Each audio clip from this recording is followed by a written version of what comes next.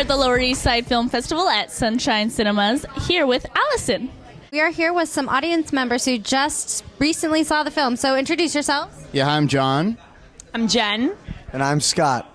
We're here with two audience members, Zach and Asim, to see what they thought about the films tonight. This is Doc Night. Now, documentaries are a very specific type of film. Are you a big fan of documentaries? I'm a huge documentary fan.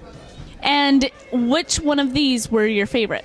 I liked the films in general. My favorite one was The Contortionist. I really liked how they gave some good insights into her fears at the end. I was really intrigued by that. I thought it gave some good overall color on her personality and where she is in life at the end. And it was sad, but at the same time, you saw she had a real talent, and maybe that's what kind of made her in this lonely place. But at the same time, it was really interesting to me. I know. I was like, I want to take care of you. I will. I'll take care of her. What was your favorite film tonight?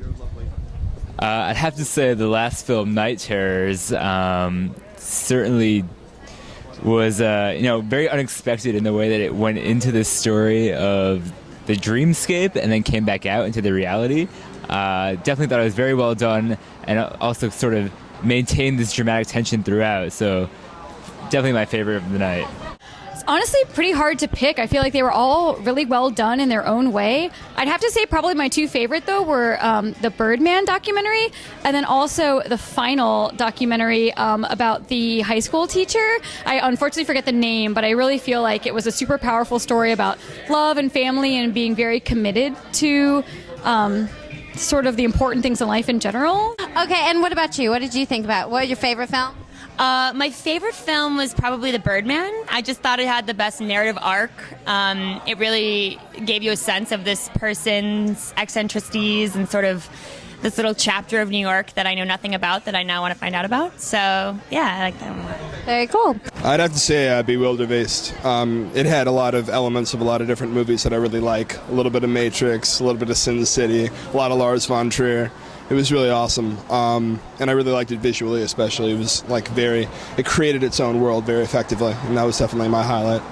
So, I don't know, but I have to admit I have a special fondness for The Birdman, A, because it felt very New York, and B, because obviously having grown up in the 90s, I'm very familiar and fond of CD culture, and seeing all of those CDs stacked in a hoarder-esque environment was really powerful, and how well he knew where everything was placed and could still recommend music to his patrons. It was actually really inspiring to see how he could maintain a traditional style storefront in the midst of the way music has changed. I don't know. That was fascinating.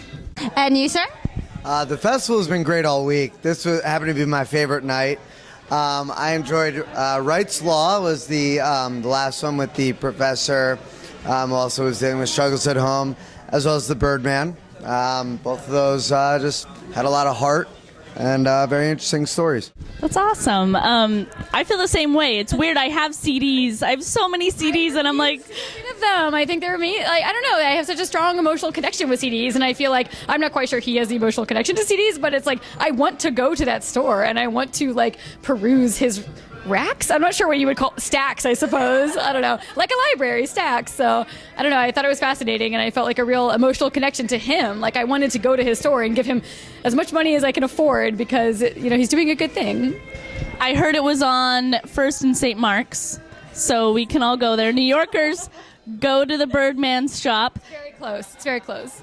Someone thought he was actually one of the models in the painted one, which is pretty interesting. This girl came up to him and thought he was one of the guys who was painted. So that was, I think, a good plus for him at the end. And It's a lot of fun. I've done it. You should try it. Trying to keep a low profile. How did you hear about the Lower East Side Film Festival? I'm a new Lower East Side resident, and just trying to find out what was going on in the neighborhood. So looked around, saw some posters, definitely up my alley as an aspiring filmmaker myself. So thought I'd come by and check it out.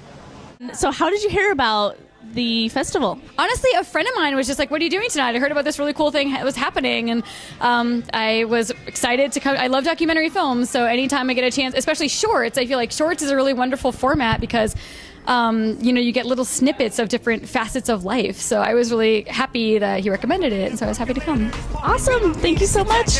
Thanks, guys. Well, thank you guys. Thank you so much. And thank you for watching. Bye. Fast lane, moving at the speed of life, and I can't slow down.